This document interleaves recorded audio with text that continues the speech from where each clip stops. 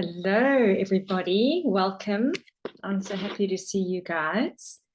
You're welcome to switch your cameras off if you want, because unlike my usual style of interactive sessions, I'm going to just be talking tonight. So it's not a workshop. We've got at least 40 people receiving the recording who aren't joining us live.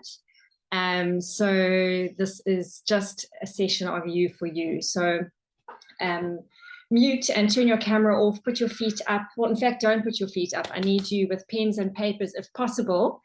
But if you're busy doing live, that's also fine because the recording is going to go out to you. So there's really no issue because you can watch and rewatch. And I certainly hope you do, because this session is really something that's deeply explorative. It's you, it's about you. It's not about your kids so much, your partner, your mother-in-law, or anybody else. I've got my dog knocking at the door. So I hope that you manage to, even if you just listen to the recording after watching it once, you listen to it again and let things settle and bed down, that'll be really rich for you. If I can just have in the chat that everybody, that you can hear me fine, that the video is fine, and if you can just let me know that way. And then also, if I go off for some reason, please just pop in the chat as well. Cole, we've lost you, so that I know to backtrack 30 seconds or 60 seconds, because we know here in South Africa, we have some power issues. And I'm saying that because I've got people from all over the world, actually. I've got colleagues and friends from Iceland and America and England, and where else? Belgium, and a few other fabulous places around the world that are going to connect in with the recording. So I'm so excited to be here. I have actually created this course for me because I needed it, and I am sharing it with all of you because that's what I love to do, is to come up with something of value and then to share it. So this is about a restorative holiday time, because God above knows we all need it. Seriously, we all need it. So just to give you a little bit of background about me, not all of you know me. My work at the moment, really where it's evolved, is about women in struggle. And I do have a couple of men on the program, including one in Colorado, I think. So hi to you. I do work with men, but only if I know them, or I have an existing relationship with them, or if they come through their partner. Otherwise, I work exclusively with women, and women in human beings in struggle. In places where they feel stuck, overwhelmed, burnt out, and just in places of struggle. And that's my heart space, is to try and move from thriving to surviving. And so my own journey has been really colorful, as I know all of ours have. I suppose the most colorful part started when I was 18 and I had a boyfriend who was really verbally and emotionally abusive. He ended up killing himself, and that was incredibly traumatic. In my early 20s, I definitely burnt it at both ends. I ended up with my honors degree cum laude, but I also had a cum laude in partying and abusing my body, and burning really hard, working extremely hard in my early 20s. Coming into a tumultuous courtship with my husband, and into a beautiful but not short of challenge marriage.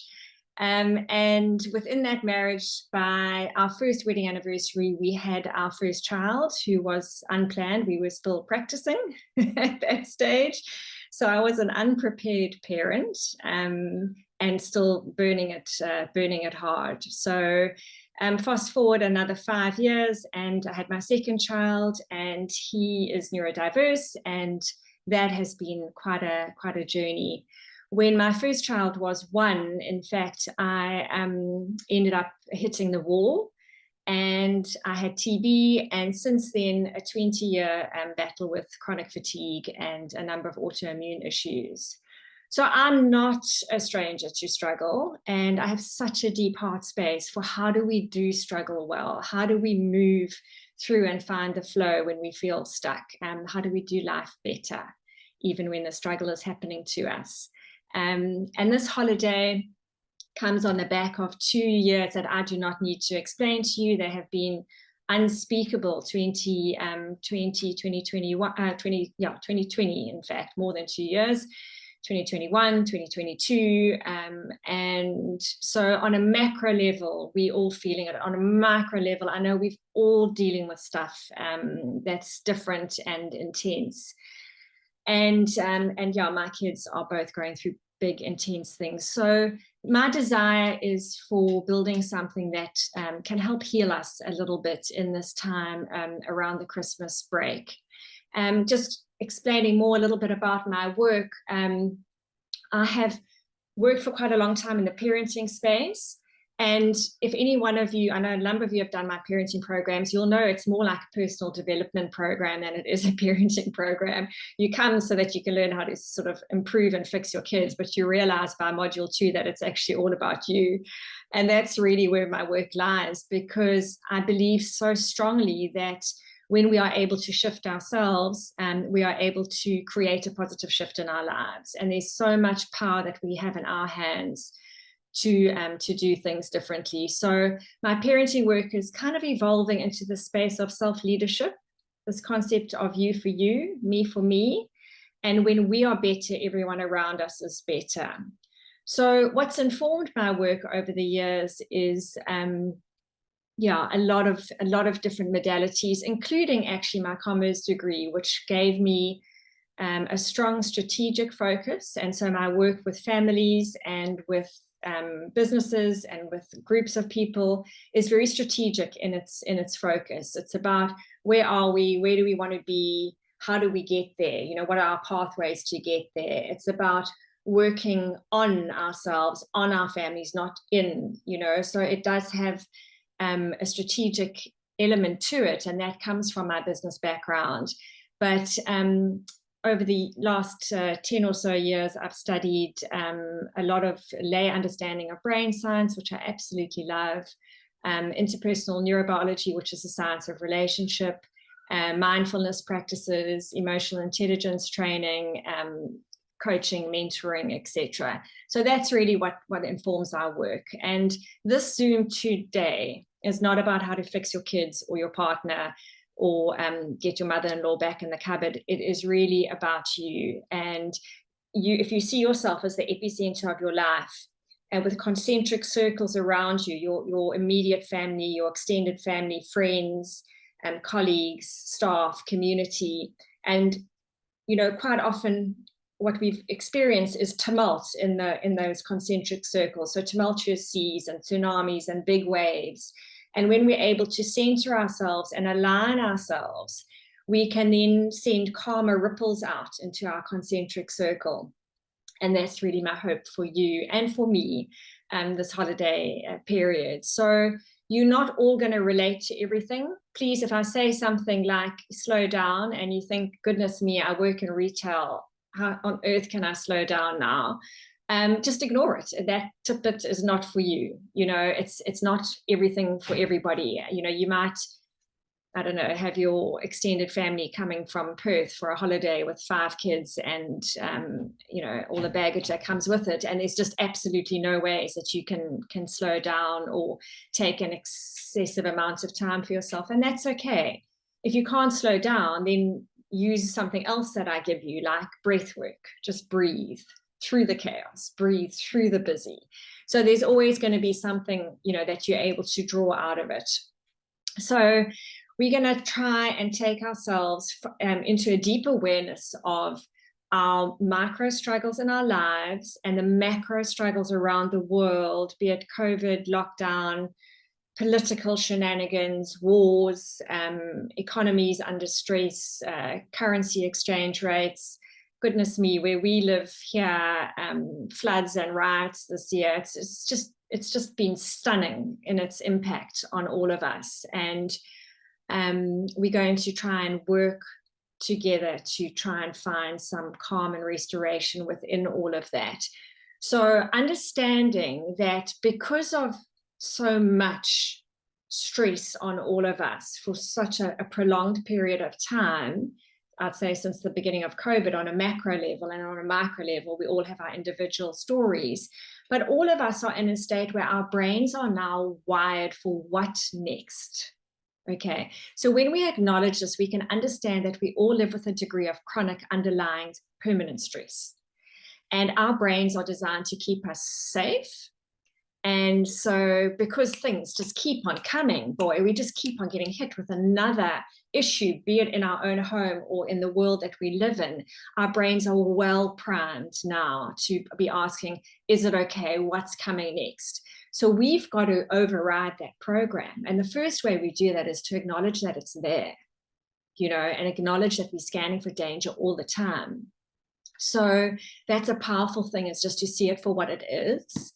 And then what we're going to do tonight, or through this recording, is we are going to get intentional. We are going to look at how do we consciously create a beautiful restorative space for ourselves. You are taking the time now. I'm not necessarily going to tell you anything that you don't know. I mean, if you follow inspirational sites on Instagram, you're going to have heard this all before. If you read a lot of inspirational self-help books, you're going to have heard this all before. And I've got a number of people in the mental health industry and in the personal development industry also keyed in. There's nothing you don't know here necessarily. But what we're going to do is we're going to take the time to organize your thinking. We're going to take the time to actually get intentional and to consciously create.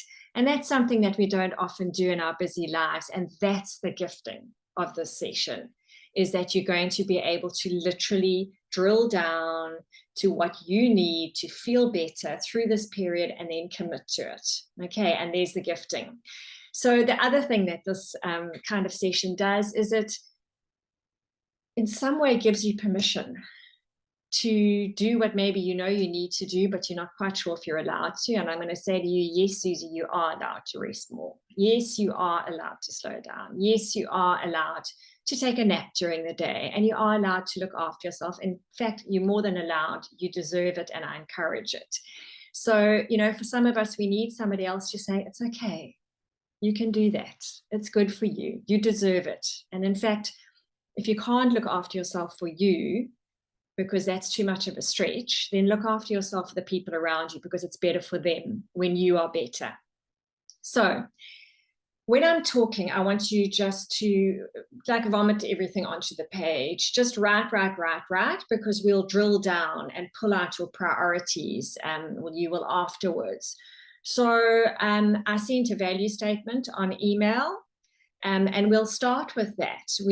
This is not a workshop, so we're not going to do the work now as such. This is something that you're going to do afterwards, or when you rewatch. If you're rewatching it, you can press pause now. But what you need to do is come back to that value sheet and really explore, what are your values for the holiday? We have different values for different facets of our life. So your values for your working life will be very different to your personal life, and they might be completely different to what your values are for this holiday. But explore them. What's important to you now? And write it down. Have a look on that list, highlight, circle, underline, whatever. Is it harmony? Is it adventure? Is it fun? Is it family? Is it perseverance because you've got to get through something? Is it courage? Is it kindness? What is or are your values? I wouldn't choose more than 3, but just to really consider because those will be your driver. I always like to have a word for a holiday or a word for a year, and your word might be one of your values. My word for this holiday is release, actually. My word for 2022 was surrender. And goodness me, it was a street fight with surrender. It sounds so lovely, but it's hard to do, but so important. And release, I'm still trying to figure out. These words just download to me. I'm like, okay, that's what it is. And then I kind of feel into them and figure it out. But, another word for me for this holiday is fun. Simple, just fun.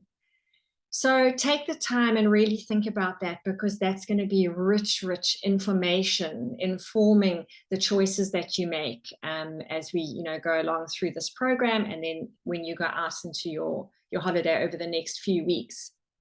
And then the strategic part of that is that we get to fill out a graph. So I don't know if you can see that. It's my very messy sort of quadrant that says start, stop, more of, less of. I know it's mirrored for you. So if you've got an A4 page, ideally, then just draw a quadrant. This is a really important part of what you need to do, because this is the graph that we'll use the whole way through.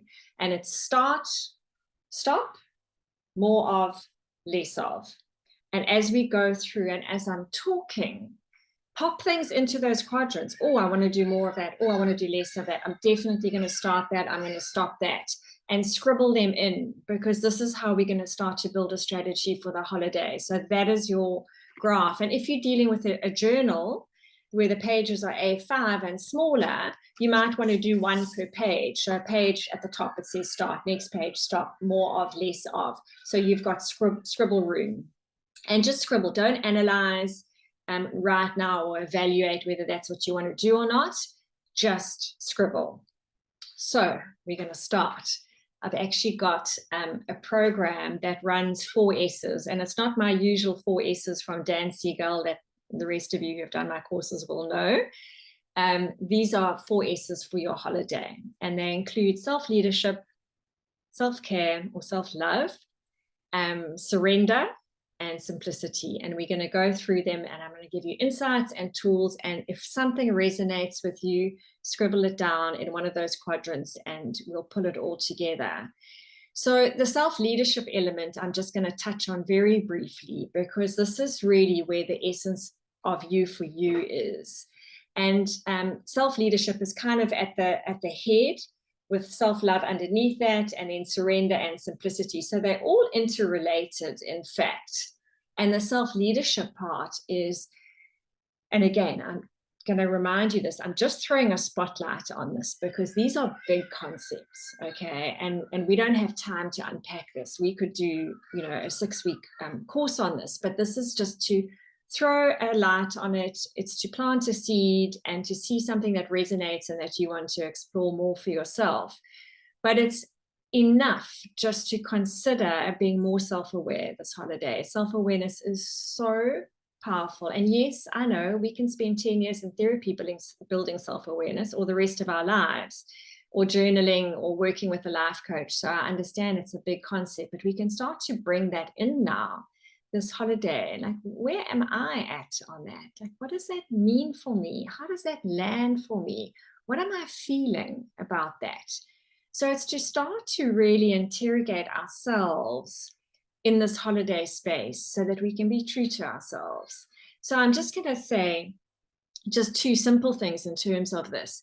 The one is presence, is just taking a moment every single day or through the day, where you're just going to get present to yourself and check in. Is it in the shower in the morning? Is it first thing as you wake up? Is it every time you get in your car? You're going to stick a post-it note on your computer or on your mirror, just to get present, just to stop and take a breath and slow down and just get present. And linked to that is an emotional check-in. I will, in the email follow up tomorrow, send you an emotions list. And you might even want to print 1 page for every day in the holiday, and literally, what am I feeling today? Circle, circle, circle, circle. What do I want to feel today? Underline, underline, underline, underline. And that emotional check-in about where you're at and where do you want to be. And then you can ask yourself how to cultivate that. So that emotional awareness is really, really powerful. And linked to that, obviously, is being aware of our thinking and managing our thoughts. So big concepts, but that's the base of it all. And then we're going to move into this area of self-love or self-care. And yeah, sure, for some of us, this is quite a tricky area. I think one of the biggest giftings that I had from being ill for so long is that I had a choice. I was either going to get sicker, or I was going to love myself enough to give myself what I needed to get better. So it gifted me that, learning how to love myself and take care of myself and really practice all of that. And so I think I've done quite a good job of it. And it's something that I'm very passionate about sharing. So let's start off this process by asking ourselves a question. So you can write this down separate from your quadrant. What do you cherish most? What stands out for you? So I'm thinking people and places, activities. What do you cherish most in the world? And just jot down ideas, you know, kids, pets. What do you cherish most? Think about that for a moment. You might want to pause the recording and write it down, or just you can jot down some things now. What really fills your heart? What's important to you? What do you value? You know, for me, one of the activities that I value is Christmas Day lunch at my mum's house, because that's what we've pretty much always done. Your garden, or walking in nature, a particular person. Maybe it's your creative activities. What do you cherish most? And when you look at that list, I wonder how many of us have put ourselves on that cherish list. You know, if I ask you, what do you value most in the world, you know, amongst other things, are you on your own list? You know, that's really where we need to be. We need to get to a place where we can value ourselves as much as we value our pets and our kids and our partner and our, you know, parents and our favorite activities. I'm going to tell you a quick story about my dad. He was a very well-loved and well-respected, well-looked up to man. He was an exceptional human being, incredibly kind and generous. And his philosophy in life was actually that he believed he was incredibly selfish. And he saw that as a good thing, because within that, he wanted to be happy. He wanted to have a nice time, a nice life, a happy family. And he believed that if he looked after the people around him and he was kind and generous and thoughtful to the people around him, that would serve him, because ultimately then they would be happy and that would make his life easier. So it's a very beautiful reframe on selfishness and how it serves us and other. And I just love that. I think there's huge power in that. A lot of us, especially, I think all of us are naturally quite selfless. We're quite self-sacrificial, and to a fault. And I think if we put ourselves back actually into the limelight of our lives, it's for the benefit of ourselves and the benefit of the people around us. So, you know, let's think about that. What lights us up? Think for yourself. What really lights you up? What fills your cup? You know, write those things down, or even just write down the question, what lights me up? What dampens you? What dims your light? What empties your cup? You know, when we start to have this conversation and organize our thinking, we can't control all of those things, but we can become aware of them. So we can know when we need to consciously protect ourselves and when we need to consciously engage in more of something because it serves us. And that's how we love on ourselves and cherish ourselves. So, you know, managing our own expectations is a huge part of self-love. You know, sometimes we expect too much and then we are disappointed. We expect so much of this December holiday, you know, and a lot of that is because of this commercial perspective that it's this loving, spiritual, family-oriented, giving time of year. And yes, it is all of that, but the reality of that in our homes doesn't often look like that. Then we feel let down. You know, there's so much pressure on the end of year holiday to make it just this, you know, utopic Instagram perfect experience. And it's not. Let's let that go. Let's drop our expectations a little bit. And that's not to say that we come into a negative mindset or we have a glass half full attitude, but it's to be realistic. And I think there's a lot of freedom in that, in just keeping our expectations realistic. And then when our expectations are exceeded, well, then we filled with gratitude for that. And when our expectations are lower and they're met at a lower level, we're not knocked off the perch by it. And we can actually go, okay, that's how it was. And everything's kept a little bit more in check. So talking about what lights us up and what feeds us, I know some of you on this call and some of us in our lives are going through incredibly difficult times. And even if, and have incredibly difficult lives, there's some of us with, really, really tough circumstances. And so loving on ourselves and cherishing ourselves might feel like a quantum leap. And so then we just look small. We cherish ourselves through a cup of tea, or being able to take a bath, or being able to wash our hair because we get the gap to do that, to get to sleep a little bit earlier.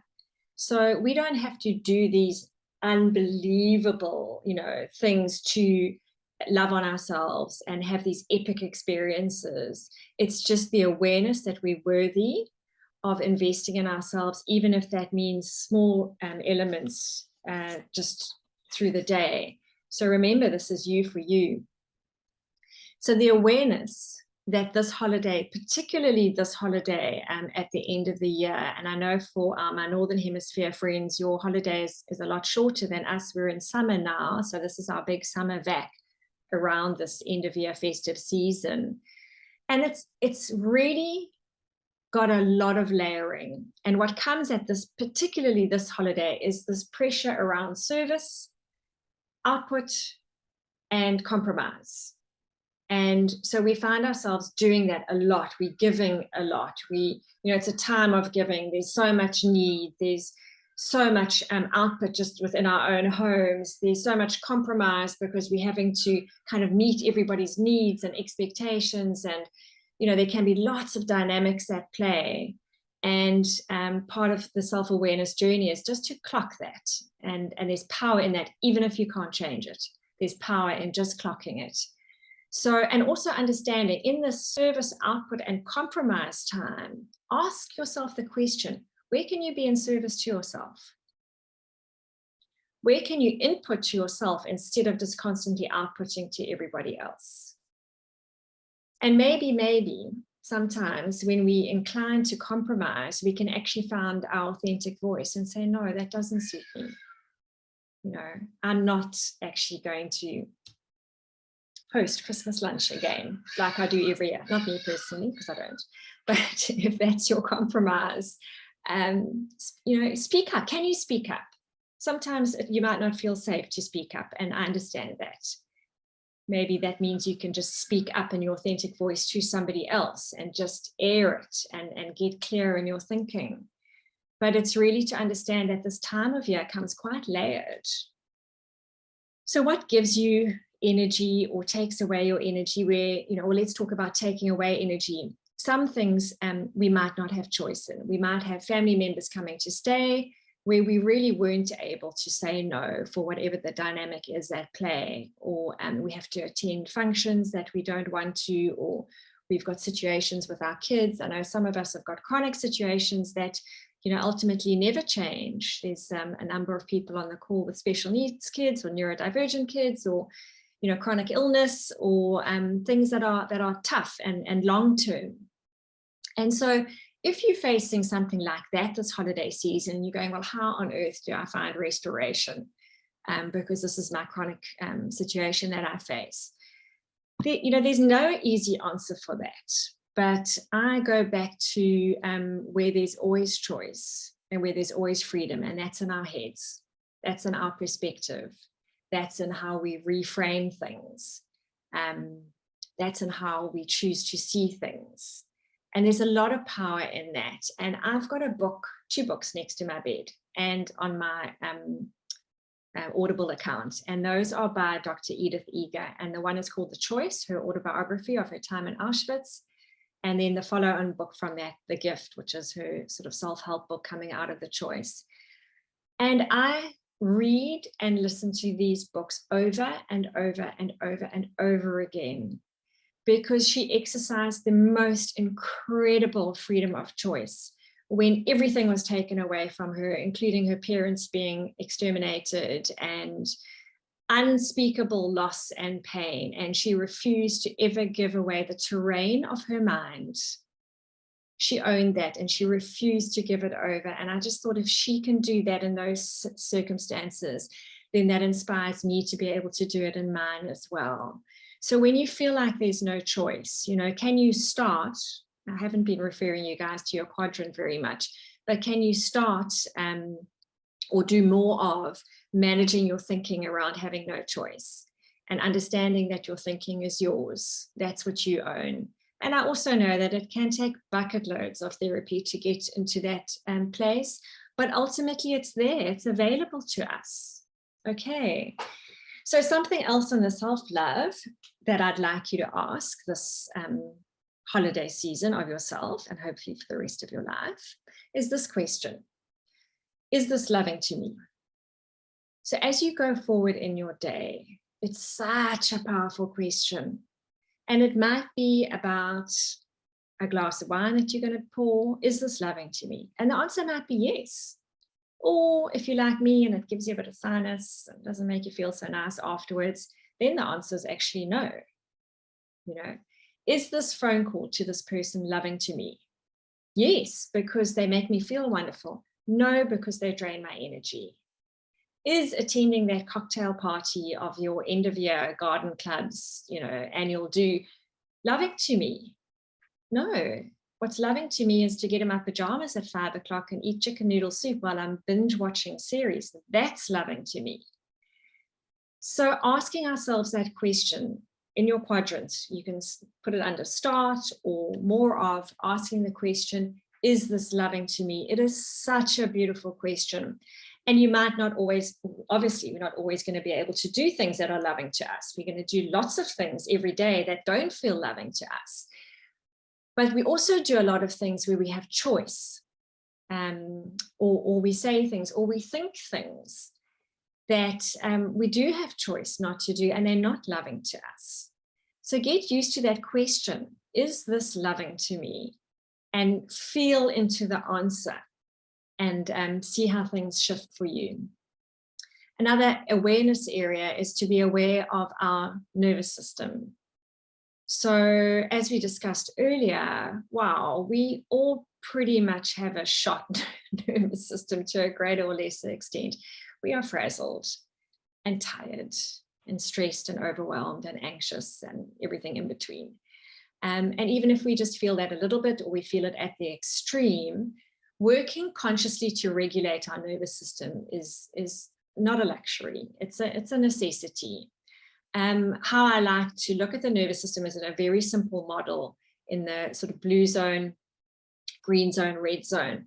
So in the blue zone, you recognize that if you're in hyperarousal, and this is more withdrawn, it's a stress state, okay? It's not an ideal state at all. It's withdrawn, subdued, shut down, sad, quiet. It's that hyperarousal state, and that's your blue zone. And it's a sign of a dysregulated nervous system. Then the red zone is the hyperarousal, and that's kind of the louder. That's when we've flipped our lid, we're shouting, we are cross, we are driving too fast, we are angry, we're stomping around, we're fighty with the people around us, and that's also a dysregulated nervous system. And then the green zone is obviously the piece de resistance. That's your ideal, your utopia. And that's where you are flexible and adaptable and go with the flow, and you are happy and calm and, able to face things and be productive and in a constructive way. And that's the ideal. So how do we bring ourselves back to the green zone, or at least be aware of where we are in red and blue, and how we can slowly, even just for moments of time during the day, is put ourselves in the green zone. And there's lots of ways that we can do this, and some of them are just simple activities like grounding. Every morning, my morning ritual is that I wake up and I go downstairs early with my fluffy gown on, and Even on the very cold mornings, I take my slippers off and I put my feet on the grass. And I've invariably got my dog on one side and my cat on the other, which helps with my grounding because pets ground us. And I have a cup of tea and I do my breath work. And it might be 2 minutes or 5 minutes or 10 minutes, but it's a hugely powerful time. And then throughout the day, when I can, I will whip off my shoes and get onto the grass. So grounding is anything in nature. I swim in the sea, which we can't quite do at the moment where we live because it's full of E. coli. That's another stressor. Walking on the sand, walking outside, being in nature, even listening to nature sounds, beautiful things to do to ground ourselves, which helps us regulate our nervous system and get in the green zone. So if any of that stuff resonates with you, pop it in the do more of or start doing quadrant of your graph. And asking the question, what makes us feel lighter? Also looking at a morning ritual. Do you have one? It's a really lovely thing to do. A lot of people write and journal in the morning. I tend to journal later in the day. But do you does that feel like something that would add value to your life to have a morning ritual? It might be an exercise-based ritual. It might be prayerful or meditative. It might be dancing and joyful. It might just be simply that it's the only time of the day when you're alone and it's quiet and it's only 5 minutes. And that's okay. And you just breathe and be in the silence. Just take that moment for yourself. But is that something that you feel like you could start doing or do more of? Or does it feel like a stressor to you? Only you can answer that question. But kindness also, being more kind to ourselves, it's part of self-love. There's a huge movement of kindness in the world. How kind are we to ourselves?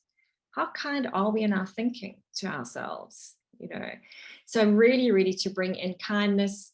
Other elements of self-love that help us get into the green zone are movements beyond speech, powerful. And I'm really talking about movement that builds here, not necessarily movement that's, a triple HIIT class or CrossFit class that, flattens us, but movement that builds ourselves, yoga, walking, gentle running. Not that the other vigorous exercise isn't wonderful, it is, but it can also put us into the red zone a little bit because it hyper arouses us. And we're talking about getting into the green zone, and that's movement that is that calming to our central nervous system. So I love to dance. And that's something that I do with my headphones on and in my room, dance like nobody's watching. And it's just beautiful. So what is your movement? Can you combine some of those things? Maybe walking in nature, or if you don't get much freedom and time out because it's super busy, it's just being aware of movement, getting up from your desk, and being aware of your body, just stretching and bringing some movement in somehow. Green zone is also very much based on our nutrition. This is another area. Start or something you might need to stop or do less of, things like alcohol, sugar, perhaps to do less of, water to do more of, healthy nutrition. What is it for you? Your body. What's loving to you? Is it to maybe only drink alcohol 3 days of the week in the festive season and 2 glasses at the max? Or, I'm just throwing things out there for you, is to ask the question. Don't get to the end of the season absolutely worn out. You've taxed your body, you've pushed it hard, you've partied hard, it's been fun, but sure, there's not that restoration. This Zoom is about restoration. So to get conscious about that is to really then get intentional and get committed to what looks loving to you, what regulates your nervous system, what builds you up, what creates restoration in your body. Asking those questions. And what do you need? Do you need more fun? Do you need more laughter? Watch those series or YouTube clips. Be with those people that make you laugh and make you happy. Do you need adventure? Do you need novelty? Ask yourself those questions and create that in your life. So it really is simply a matter of asking yourself, what do you want? What do you need? What don't you want? What don't you need? And committing to that. And what does it look like as well? If you've written something down like drink more water, what does that look like? Does it look like 1.5 to 2 liters a day? If you said do more movement or start moving every day, what does that look like? Is it yoga twice a week and walking twice a week? Is, what is it? Because you're doing a lot of the what, and to make this practical and real, do the how as well, because that makes your commitment tangible to you. Then you know, okay, that commitment looks like that. And then if you don't do it, and you ask yourself the question, what is loving to me? And when you finish building your strategy document, which we'll get to at the end, the question to commit to that is embarking on this strategy loving to me? And hopefully, because you've built it, your answer is yes. And then there's your motivation to doing it. Just finishing off on the self-care section, I'll check the time here for a second, we're doing well, is looking at rest. And rest typically is understood as sleeping in or sleeping early or napping during the day. And I'm going to give you a little deeper insight into rest and see if you can build it in this holiday in terms of your restoration ambitions. We get physical rest, emotional rest, spiritual rest, sensory rest. I think I've said them all. So just to break those down quickly, because we'll need rest in all of those areas, but perhaps some more than others. So physical rest is the obvious one that we know. And this is beyond napping, which I'm a big fan of, and I do every single day when I can. It's also about understanding what builds our body, not drains our body. So those exercises and movement forms that really build us up and restore our body far more than the 21K run perhaps right now, which is fine. If you want to do it, go for it. But then balance it out by physical rest that creates a restorative balance in your body. Emotional rest is really important. We have had a roller coaster of emotions for a long time. So how do we rest emotionally? The most powerful way we do that is actually by naming, that whole concept of name to tame. Naming emotions, use the emotions list I'm going to send tomorrow. Get familiar with what you're feeling. Because once we name it, we then have the emotion doesn't have us. If we're feeling anxious and resentful and unforgiving and hurt, and it's in us and it's swimming around and it's owning us, then that's exhausting. Once we've got it on a piece of paper, it doesn't make it go away, but it means that we can acknowledge it and we can start to have a handle on it. We can calm our brain down because we've given articulation, we've given verbal, we've hit the left side of the brain, we've given articulation to the words of the emotions, and so they don't have to have such a stranglehold on us.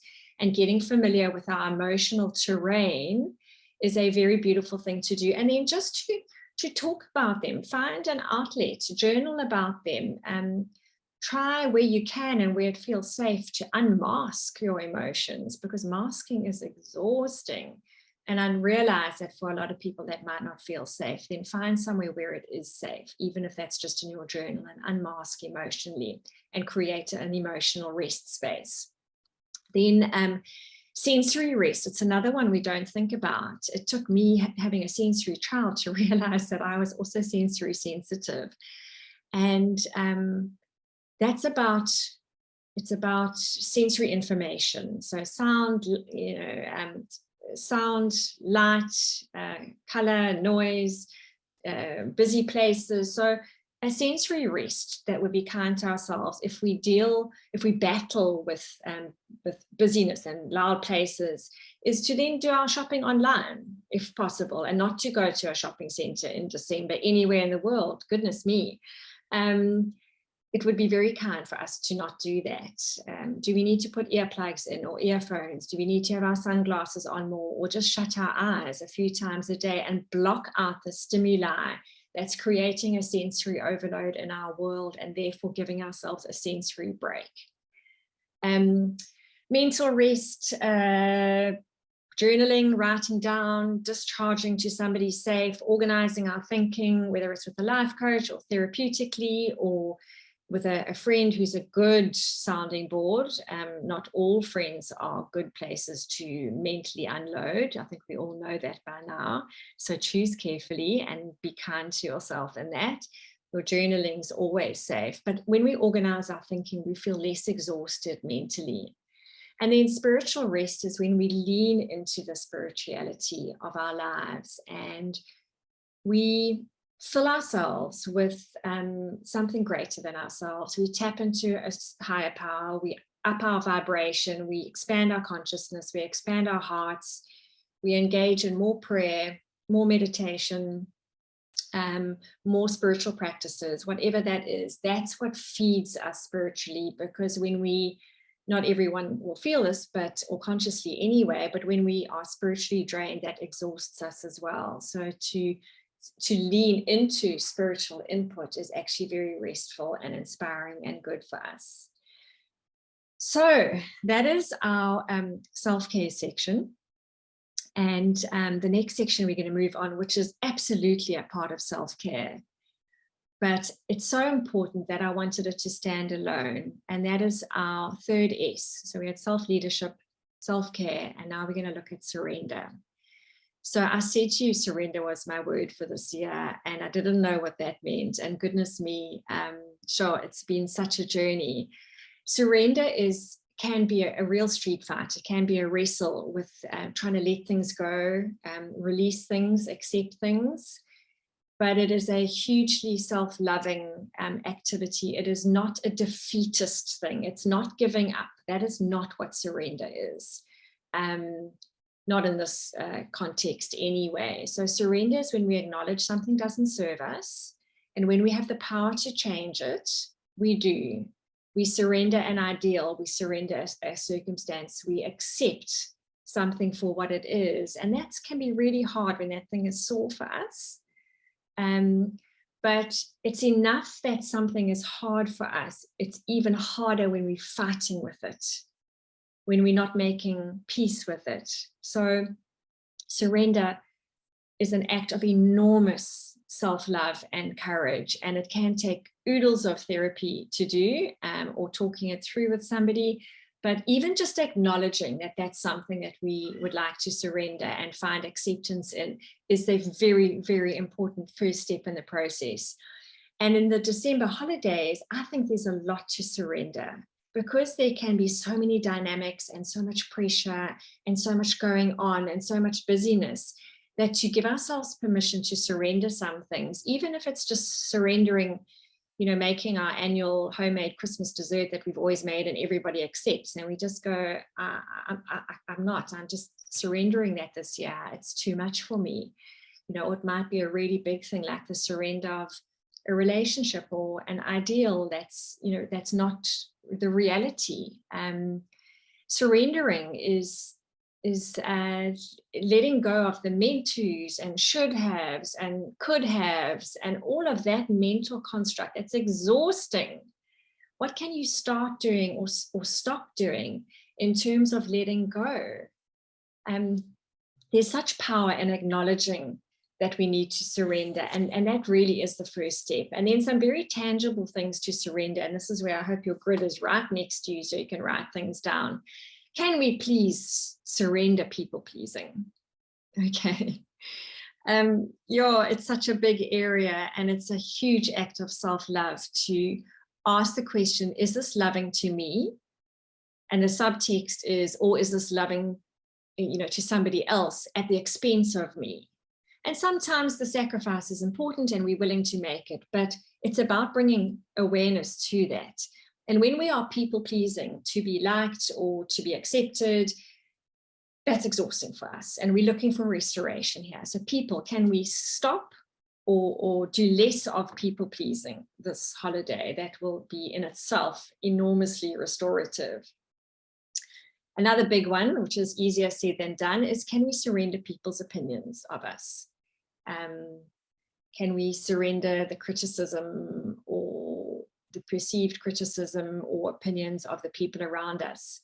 There's a lot of, so this is a big family time for those of us that have kids and family, and I know not everyone on the call does, but what can come with that is people in your space And what can come with people in your space is people's opinions and judgments about how you do things.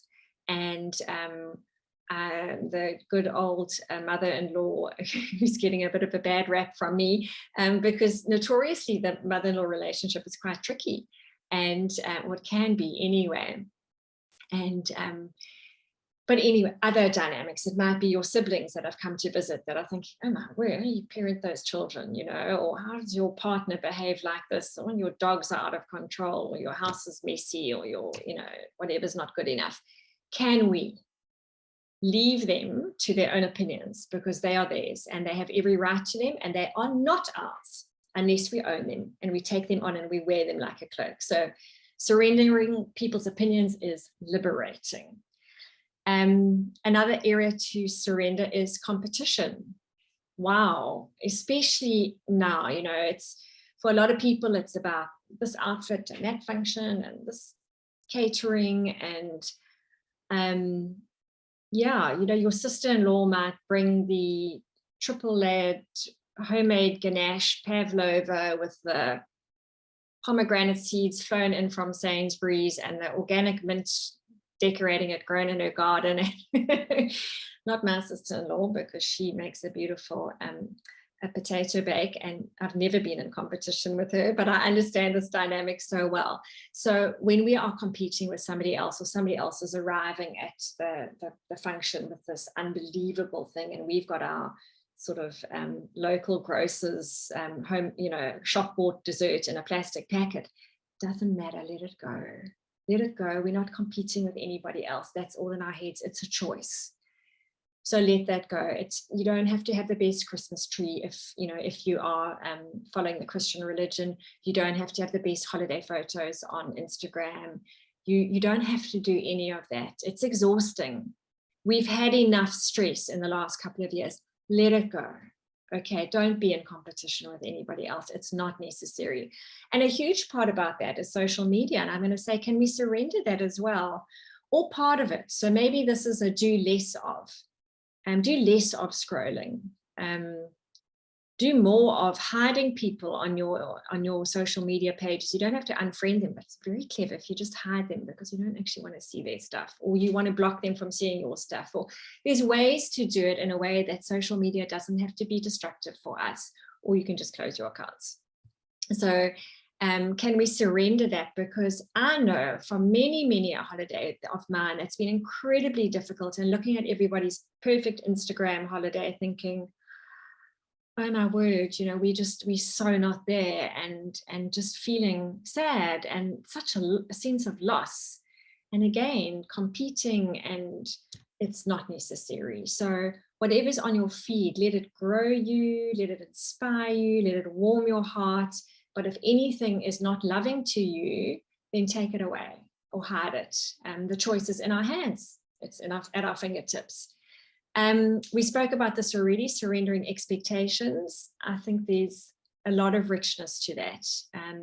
We've got an island holiday planned. It's something we've dreamed about since lockdown.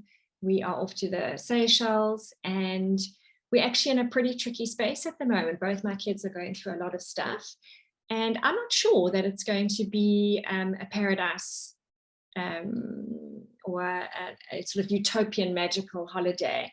I'm not putting it out there that it's not going to be. So for those of you that believe in manifestation and the law of attraction, it's not about that, but I can't manifest somebody else's mental and emotional space. So if they're in a tricky space, no level of manifestation on my part is going to change where they're at. But I can manage my expectations around that and go, you know what, I'm bringing two people on holiday that are actually in a tricky space in their lives, and I don't expect them to bring the best version of themselves forward, which will make my experience of the holiday a lot better than if I've got this ideal of this Instagram perfect Seychelles holiday that just falls so far short and just devastates me. You know, so expectations, and it might be a very simple expectation of somebody's visit to you that you think might be a bit tricky. You know, maybe expect that and just be open. It doesn't mean that you're going to bring this whole negative energy forward. It just means that you are open to what will be without over anticipating and then feeling let down. So managing our expectations and also keeping them realistic. It's not fair on other people for us to expect things of them that perhaps they can't reach. I think we often set our kids up for failure because we expect the X, Y, and Z bar to be reached, or our partners or our family members, and then they don't. And it was our expectation that was placed in the first place. So it's just to be real about that, be realistic, and that is, I believe, kind to ourselves. Okay, very closely linked to all of this competition and opinions and expectations is surrendering perfection. We've got a Christmas dinner that we have every year with a group of friends. There's 10 of us, and we have it every single year, and different people host, and it's always beautiful, and the table's laid beautifully, and the catering's beautiful, and we're hosting this year. And Rada up the road is making a chicken and prawn curry and a lamb biryani, because I am not cooking for that function for 10 people, because I am going to be kind to myself.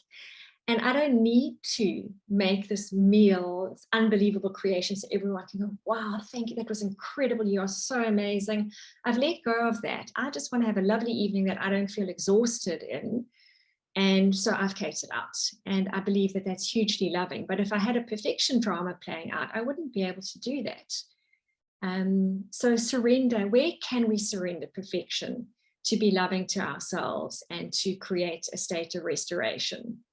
So if the Martha Stewart thing is your thing over the festive season and the holidays, and it feeds you, go mad. That's wonderful. But if it drains you, let it go. You know, we don't all need to make homemade gingerbread men that are color-coded to our table decor theme. We don't need to do that. So work out what feeds you and what drains you, and surrender what drains you where you can. Including traditions that maybe are no longer aligned to your authentic self or to where you are in your life right now. Something that's always been done in your family might be hard to step away from, but would surrendering that now unaligned tradition or ritual be kind to you? Maybe it's not worth the fallout or the conflict, but maybe it is. So ask yourself the question, is that something that you want to stop doing? Is there something in this holiday season that you actually want to stop doing? Think about that. That's why I want you to come back to this recording and listen to it a few times, to let these ideas really sink in and drop, because at first ask of the question, you might think, nah, not really. But as you deepen in your thoughts around this and you explore yourself, you might think, actually, you know what? I never really enjoyed X, Y, and Z. And I think I'm going to step out of that now. So ask yourself the questions. And then also, is keeping the peace worth your personal peace? And the answer might be yes.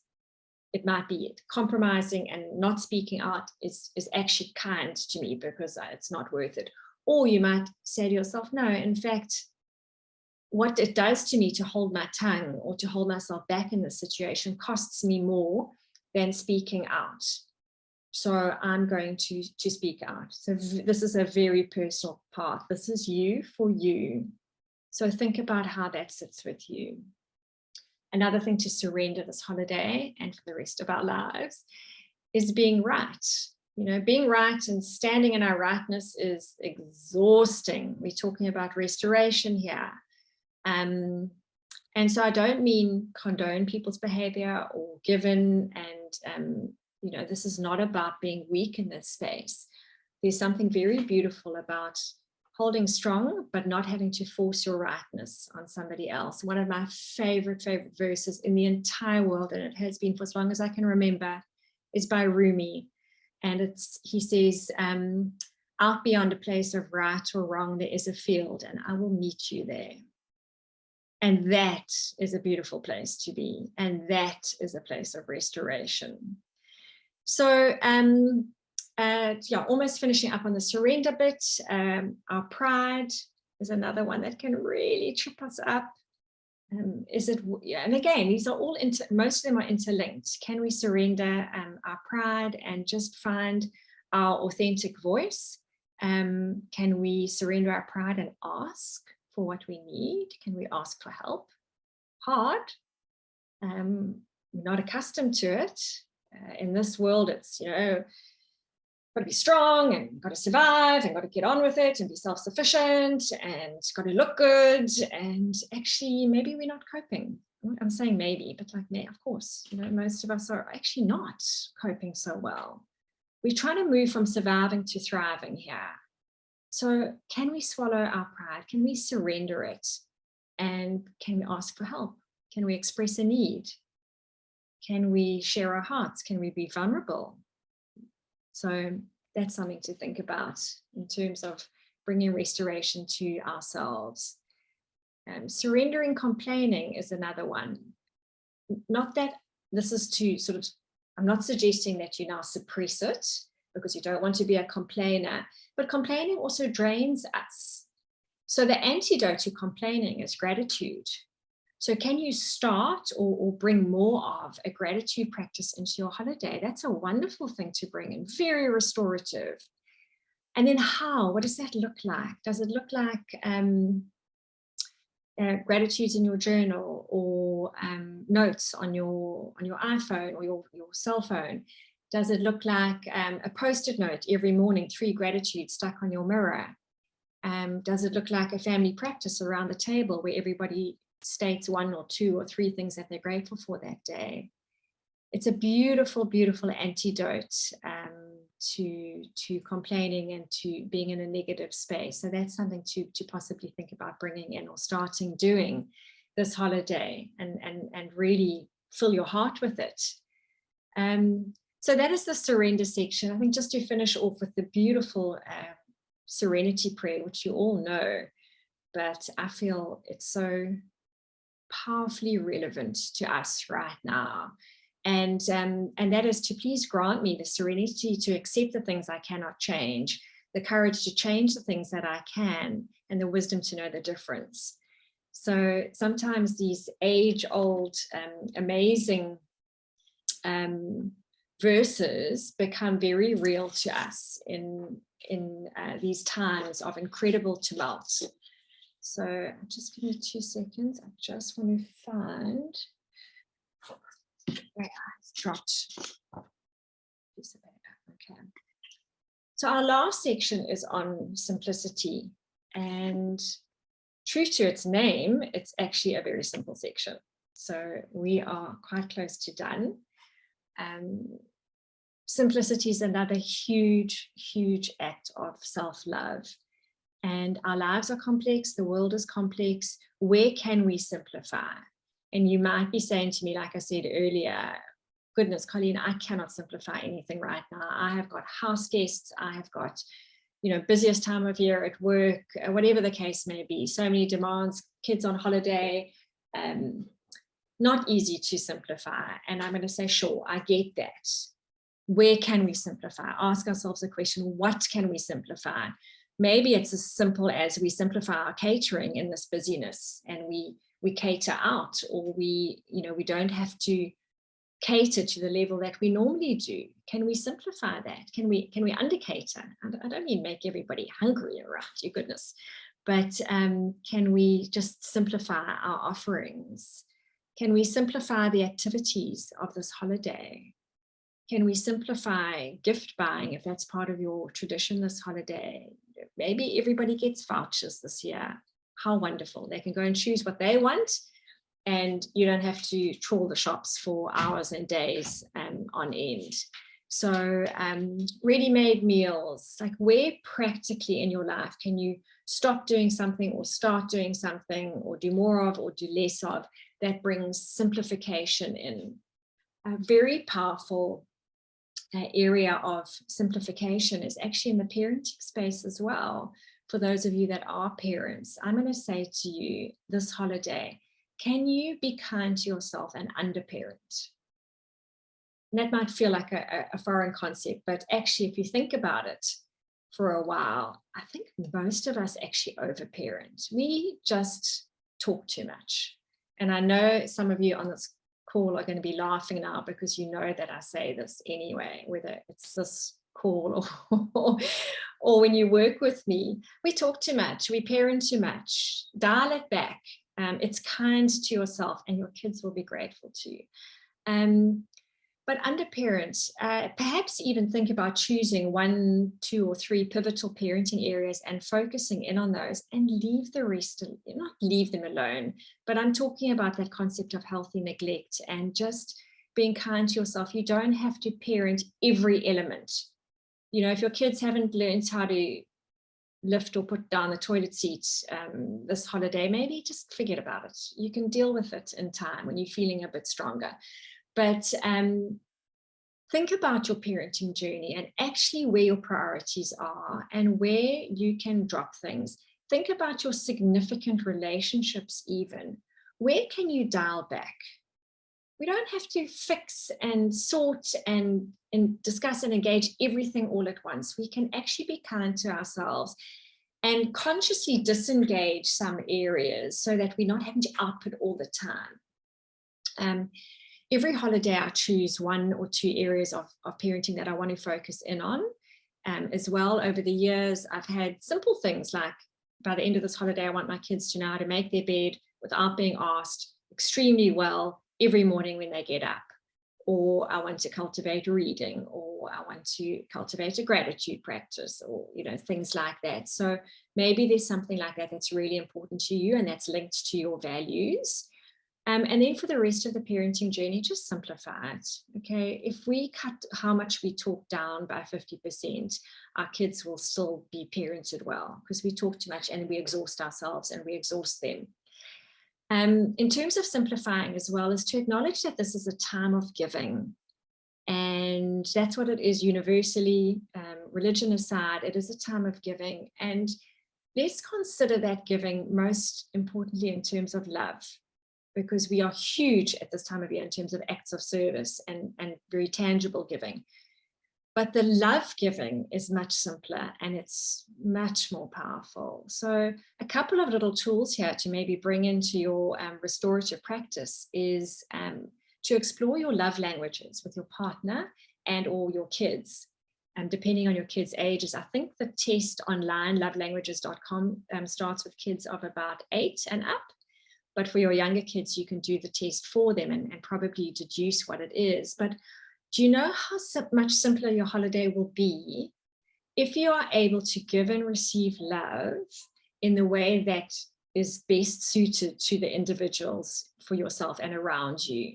So if you give love by acts of service, but your one child wants words of affirmation and your partner likes physical affection, then you're missing each other. So simplify your dynamics in your family by doing the love languages test and then living into it. Is that something that you can start doing this holiday? What a beautiful gift to yourselves and to each other. Another thing, and I'm talking here about relationship, because when our relationships are working well, it simplifies our life automatically. So when we foster connection and we do this consciously, we actually create a smoother road for ourselves. And that's what we need this holiday. So things like 20-second hugs, some of you will already know this. Once we've hugged, and not for everybody, because for some people, physical affection will be a trauma response or be stressful. So you've got to know your loved ones around you, where it's appropriate and where it's welcomed, and where it's welcomed. Long 20-second hugs are inducing of oxytocin, which is beautiful, beautiful chemical in our body that makes us feel a sense of well-being and connection. So, you know, where it's appropriate, grab those kids or partners or loved ones and just hold them for longer than usual. And you will see how the relationship transforms and how it gifts you a simpler road, because when you're connected, there's, you know, connection is the antidote to conflict. Connection is the antidote to conflict. So conflict is complex and it's exhausting. And the opposite of that is simple and it's restorative. And that's what we want. So get conscious about cultivating connection. There's other tools like connect to direct or connection before correction. So just to be aware of that this holiday season, especially when we've got a lot of FaceTime with our kids, you know, there's not a lot of dilution, or even with our partners if they're on leave or other family members. But particularly in the parenting space, when we connect and then we direct. So we give a hug, or we say something kind, or we check in with where they're at. And then we say, please, can you X, Y, and Z? And we give a direction, or please, don't, whatever, talk to Auntie Betty like that. Or so connect to direct and connect before correction. Connection before correction are also powerful lubricants to the passage of your holiday. Another one is the concept of my world, your world, our world. I love this one because it's deeply respectful to the children in our lives. What it says, so this is something when we need to transition. So we need the kids to get into the car or come to the table for dinner or go to bed or do a chore, whatever the case may be. And it's to understand my world, your world, and our world. So my world is what I'm busy doing. Their world is what they're busy doing, and it's no less important. It might be Lego or reading or gaming or whatever the case may be, but it is their world and it is consuming them. And for us just to shout and expect them to hop out of their world and into our world, which is the together world, is quite a big leap sometimes. And so to be able to get into their world for a moment and, what are you doing? What's up? Oh, that looks amazing. Can I join you for a second? Or tell me what's happening on this game? Or we just respect and we engage and we step into their world a little bit. And then we gently invite them into the world that is our world. There's dinner in 5 minutes around the table. So why don't you just wrap up what you're doing and show me one more thing here? Or, and we respect that, and we sort of guide them through connection and honoring of where they're at into the space that is our world. And there's lots of need to get family members into our world in the holiday season because there's lots of together time. So these are tools and strategies that we can use to make that process a lot simpler, because as I say, where there's not conflict, things are simpler. And when things are simpler, things are restorative for us. And that's beautiful. And the last two tools I'm going to give you before I close are tools of great self-preservation and self-awareness and powerful self-leadership tools, and they are very simple. And a lot of you will know these already, but maybe you want to bring them into your grid and say you're going to start doing that, or you're going to do more of that.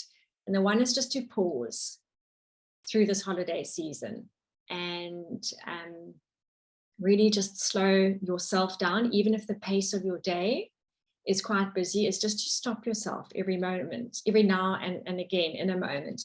And it's just to take a pause and just to check in. And maybe you just want to do some breathing in that moment. You can do a very quick box breathing. Box breathing is in for the same number, hold for the same number, out for the same number, hold for the same number.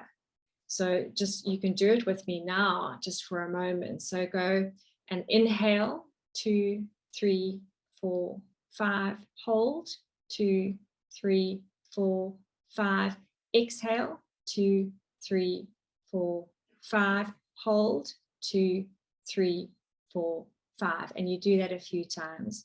You just bring that breathing in, even if you're driving or you transitioning between rooms in your house or activities, is just to pause and to check in with yourself. And to pause also when you're in relationship with somebody, family member, guest staying in your home, kids, partners, colleagues at work, boss, employees, whatever.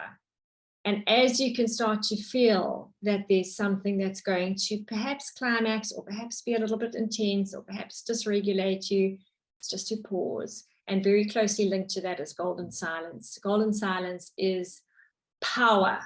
Okay. So we just quiet for a moment. We just, instead of talking into something or instructing or judging or criticizing or making somebody wrong or issuing an instruction, or we just quieten down.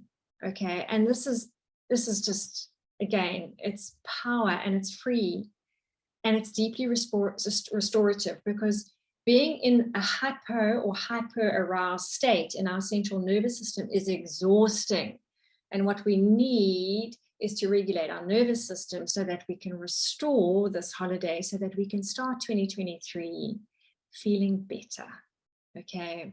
So when we just slow it down and we breathe and we pause and we exercise some golden silence, we really help ourselves to regulate. And this is a great, great gift to ourselves. So we are so good on time, I'm pleased to say. And that's it. That is my package to give to you. What I want you to do now is, I hope that there's ideas, thoughts, insights, tools, activities, words scribbled all over the place. And this is what I suggest you do, is that you spend a bit of time, maybe even tomorrow, going through your words, your written activity, and taking a colored pen or a highlighter and prioritizing. I would dilute everything that you've written down by about 50% if you can. Doesn't mean that the other things are going to float away and you're not going to do them, but we want to make this tangible. So committing to less and bite-sized chunks is more powerful than having this full page of amazing holiday restorative tips and nothing happens because you can't remember them in the moment. So come back to this and pull out what you think are your top priority elements that you want to do more of or less of, or start doing or stop doing. And I would even then put it aside and come back to it again and take another 50% off and pick out and get to the point where you've got 1 or 2 or 3 in each section, start, stop, more, less. 1 or 2 or 3 in each. And most importantly, what does that look like? Okay, how are you going to start doing something? How are you going to stop doing it? And what does it actually look like tangibly in your life? And then put that into that holiday creation PDF that I created for you, and add your values or your words of the holiday there. And then I would write at the top what I'm going to do to be more loving to myself. And then there's your commitment. And then further to that is what does that look like? How does this strategy document then play out? Is it something that you laminate and put next to your bed, or that you come back to every day? Let it be a working document. Do you take a photograph and put it on your phone? Is it something that you're going to discuss with a partner and make it really alive in your home? But it's up to you to make this a working document. And the more you interact with it, the better. So that is my encouragement to you, this is your working on you, so that the being in you is something restorative for you. And I really, with all my desire for yourselves and for me, because as I said to you, I've gifted this whole work to myself because I needed to do this. And I've gone through and I've built my strategy document and I know my words, and I'm super, super excited about it this holiday. And I know, because I've gone through this process already, that even though I'm dealing with difficult circumstances at the moment, I feel a lot better. I feel like I've got some guidance. I feel like I can lean into something that has meaning and significance for me. I feel like I've got a guiding light, lighting the way and just sort of keeping me from a sense of chaos into a sense of order within myself. And it's a beautiful space to be. And I am excited for all of you. I would love to hear from you along the way, how it's been for you, what it's meant for you as you go through the holiday. I think there's not a person here that doesn't have me on WhatsApp. Let me know how it unfolds for you. I love your feedback. I love to know where you are at. I am going on leave next week, but I am very happy to just receive messages and know that my heart is with you all the way. And I am deeply, deeply, deeply privileged that you guys have given me your time.